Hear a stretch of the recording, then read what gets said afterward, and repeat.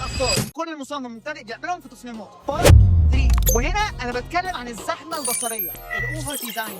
المصمم المبتدئ بيحط عناصر كتير جدا في مساحه صغيره جدا فبيضيع التركيز. وخد بالك، تشتيت هو عدوك الاول. لو المشاهد ضاع تركيزه هيقول لك باي باي. الحل انك تتعلم مبادئ الورك سبيس، بتسيب مساحات فاضيه علشان العنصر المهم يبان. عندك مثلا التصميم ده تحس انه زحمه قوي وعينك مش عارفه تروح فين بالظبط، مش مناسب ومش مريح للعين. مصممين كتير فاكرين ان هم لما يمسحوا شويه عناصر من التصميم هيظبط. مصممين تانيين فاكرين انه لو غيروا الارت ستايل زي كده مثلا التصميم هيكون مينيمال. بس لا، تعال نرجع خطوه لورا كده. احنا بنتكلم عن الطبخ، وده غلاف كتاب طبخ للوصفات البسيطه. خلينا نستخدم معالق البهارات دي كستوك اساسي لينا. صراحه مش عارف اقول لك ايه، بس هو التصميم خلص خلاص. ايوه، التصميم خلص. بمجرد ما هكتب الكلام بقى عندي التصميم جاهز من غير لعبكه وتفاصيل كتير تشتت عينك.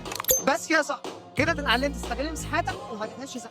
ما تنساش تعملي فولو عشان تعرف ايه الخطأين اللي فاضلين، وارجع شوف الفيديو الاول والثاني عندي على البيج. كان معاك ستيفن ميلاد، سلام يا صاحبي.